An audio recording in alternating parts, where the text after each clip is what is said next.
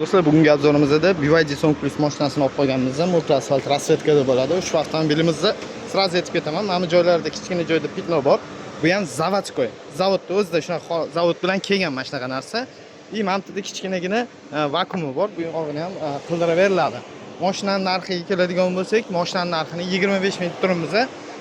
Окончательный narxi, salonlari ideal holatda, toza, tiniq haydalgan mashina. Probegiga keladigan bo'lsak, atiga 31 ming yurgan.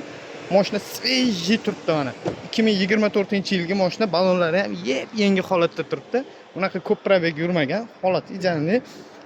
Gibrid bo'ladi. Bu elektrda 100 km, qolgani уже gibrid rejimda yuraveradi. Salonni qaranglar, okalar, svejiy turibdi. Taniq, masla mashina. Kimga bunaqa mashina kerak bo'lsa, bemalol pastdagi raqamlarga aloqaga chiqaverasizlar. Ko'pchilik joyda hozir bunaqa sostenidagi mashina 26 mingdan deb turgan bo'lsa, biz sizga mashinani 25 mingga qilib beramiz.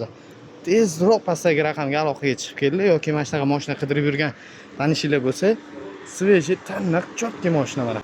Holatlari ham idealniy turibdi. Kelib bemalol ko'rsanglar bo'ladi. Xohlasanglar yana doполнительно tekshirib olsanglar bo'ladi. Mana shu aytgan joyimizda mana passajir taraf eshikda o'sha joyda kichkina pitnosi bor, u ham zavodskoy bo'lgan. Hozir qolgan joyi, hamma joyi idealniy, top toza.